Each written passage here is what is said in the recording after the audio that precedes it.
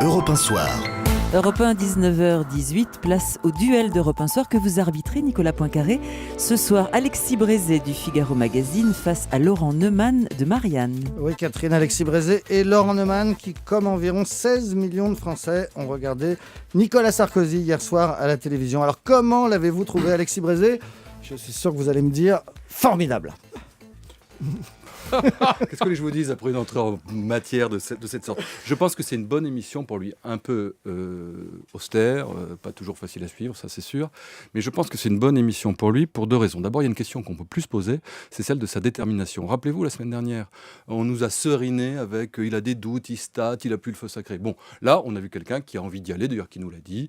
Il n'a pas dit je suis candidat, mais enfin il a dit bon. Donc ça, on le sait, c'est déjà un point important, notamment pour ses électeurs. Deuxième point, un reproche qu'on ne peut plus lui faire, qu'on lui a fait parfois, c'est celui de la démagogie. Parce qu'entre nous soit dit, à 100 jours d'une élection présidentielle, annoncer une augmentation des impôts et la fin des 35 heures, ça, c'est pas de la démagogie. Si ça marche, c'est un défi à toutes les lois de la politique. Et plus sérieusement, sur le fond, je crois qu'il a eu le mérite non seulement de prendre en compte un certain nombre de problèmes que tout le monde pose, Hollande, Bayrou, sur la désindustrialisation, sur la capacité productive, l'industrie, mais d'y apporter, lui, un certain nombre de réponses. Alors, dont on peut discuter, la TVA sociale, on peut en discuter, la fin des 35 heures, on peut en discuter. N'empêche qu'il met, lui, des solutions sur la table. Et je pense que ça, c'est un pari qui, vis-à-vis des électeurs, peut être payant. Laurent Neumann de Marianne. Alors, j'avoue que j'ai été extrêmement étonné. D'abord, hier soir, pour te dire la vérité, je m'attendais à voir le chef de l'État, éventuellement un président candidat ou candidat président. Et en fait, au bout d'une heure d'émission, j'ai eu l'impression d'avoir en face de moi un ministre du budget, éventuellement un ministre du travail et des affaires sociales, mais pas un chef de l'État. La détermination, je vous la laisse. L'activisme, l'idée qu'il est à l'action, je vous l'accorde. Mais quand même, on nous a expliqué... On peut être en désaccord avec la politique menée par Nicolas Sarkozy depuis 5 ans. Mais au moins, il y a une chose sur laquelle tout le monde était d'accord, c'est que quand il entre en campagne, là, c'est le meilleur, il est imbattable. Or, hier soir, il a quand même commis un certain nombre d'erreurs, à mes yeux en tout cas, qui m'ont estomaqué. La première d'entre elles, énorme, c'est de prendre à 10, 15, 20 reprises en modèle l'Allemagne. J'avoue que je ne m'en suis toujours pas remis. Parce que j'imagine d'ailleurs Angela Merkel dans les meetings de l'UMP. C'est laquelle ? C'est l'Angela Merkel qui défend le nucléaire, qui va venir devant les militants UMP ? Non, franchement, ça m'a fait sourire. Mais ce qui m'a fait sourire encore plus, c'est que c'est la même Angela Merkel que depuis des mois, Nicolas Sarkozy essaye de faire céder. Faire céder sur la BCE, sur les eurobonds, sur la relance de la croissance en Europe. Et c'est celle-là qui prend un modèle. Mais il ne nous a pas dit toute la vérité. Le modèle allemand, dont il vante les mérites, c'est un modèle où il y a autant de pauvres qu'il y a d'habitants en Grèce. Je ne sais pas si vous vous rendez compte. Le Bureau international du travail et l'OCDE viennent de rendre 2 rapports, comme ça au moins ça c'est incontestable, pour dire l'une des raisons fondamentales de la crise économique en Europe, c'est la déflation sur les salaires en Allemagne. Tout le monde le dit. Donc première erreur, il a trop pris en exemple l'Allemagne. Et alors je vais terminer là-dessus. J'ai eu le sentiment à la fin de l'émission que c'est Angela Merkel qui était candidate à la présidence de la République française ou que Nicolas Sarkozy était peut-être candidat au poste de chancelier en Allemagne. C'est possible. C'est à peine Alexis Brézé. Oh, j'exagère à peine. Votre analyse. Je pense qu'il y a une cohérence intellectuelle à prendre en exemple l'Allemagne, pour une simple raison, c'est qu'un pays qui a 5,5% de chômeurs, quand nous on en a quasiment 10, ça mérite peut-être qu'on étudie. Il y a une cohérence intellectuelle. Cela dit, là où je vous cède le point, moi aussi, c'est que je pense que c'est pas forcément de très bonne politique de mettre sempiternellement en avant Angela Merkel et le modèle allemand. C'est pas faux sur le fond, mais ça énerve les gens. Les Français aiment pas qu'on vienne leur faire la leçon. Et donc, dire Angela Merkel me soutient, ce qui d'ailleurs, il n'a pas tellement dit.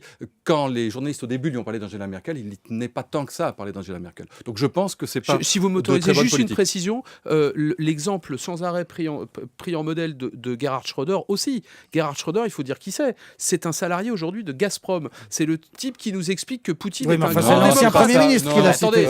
C'est l'ancien chancelier. Schröder, il parle. C'est un social-démocrate allemand qui, c'est vrai, a pris des décisions extraordinairement courageuses et difficiles pour remettre à plat le modèle social et le modèle économique et industriel allemand, grâce à qui l'Allemagne est remonté, est revenu à flot alors qu'il n'y a pas si longtemps son commerce extérieur était en déficit et qui a perdu les élections. Et grâce auquel Ça, il n'y a c'est vrai. jamais eu autant Donc, de pauvres en Allemagne, autant d'inégalités, où les salaires des ouvriers n'ont jamais été aussi bas. Et ça, malheureusement, quitte à prendre l'exemple allemand en modèle, il faut le dire aux Français, puisque le chef de l'État nous a dit hier, je vais vous dire la vérité, je vais faire preuve de lucidité et de sincérité. Il a employé le mot d'authenticité, alors qu'on nous dise tout d'une seule moi, fois. je crois- Or là, il nous a raconté que la moitié de l'histoire, au fond.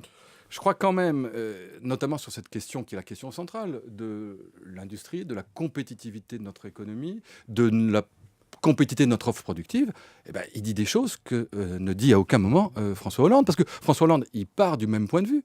Mais ensuite, qu'est-ce qu'il fait pour l'offre productive ? Quelles sont ses mesures ? Ses mesures, c'est d'augmenter les cotisations sociales. Ben, le coût du travail, ça va l'augmenter. C'est quand même pas sorcier. D'augmenter l'impôt sur les sociétés, ce qui va réduire encore un peu leur marge. Et de taxer le capital, ce qui fait que l'accès à la ressource capitalistique sera plus dur pour les entreprises. C'est pas comme ça qu'on pourra investir. Alors, je conçois que la solution de la TVA sociale puisse être critiquée, que la solution de sortie des 35 heures puisse ne pas faire plaisir à tout le monde, mais au moins, c'est des solutions qui permettent d'accroître la compétitivité de notre industrie. Quand même. On ne va pas nous réconcilier sur ces questions. Mais la C'est TVA normal. sociale, vous n'êtes pas C'est- tellement c'est- contre, au c'est- fond. Je suis contre. Mais ça n'est pas. On ne réconciliera pas là-dessus. Mais au moins sur le plan politique, pardon. Mais annoncer des mesures comme celles que vous venez d'énoncer à quelques semaines du premier tour, c'est au fond nous dire, moi je vais faire preuve de courage, et c'est ce courage-là qui va me permettre de l'emporter.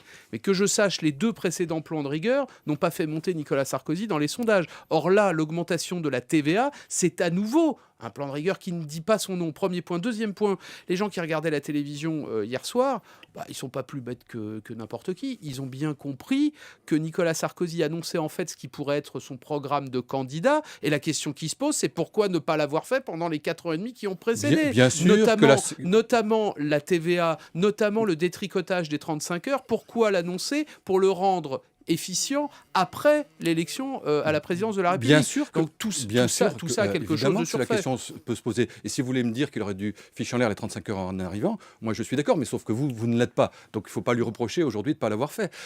En revanche, ce qu'il nous dit, effectivement, ces décisions, elles interviendront après une éventuelle réélection. C'est pas pour demain. Donc c'est vrai qu'il prend date pour l'avenir. Il ne nous dit pas, si je suis élu, voilà ce que je ferai. Il nous dit, voilà ce que je décide, mais si je ne suis pas élu, ça ne se fera pas. C'est donc, vous avez raison, une manière de nous présenter son projet, son programme présidentiel, qui, à mon avis, est insuffisante. C'est-à-dire qu'il ne va pas faire que de l'économie.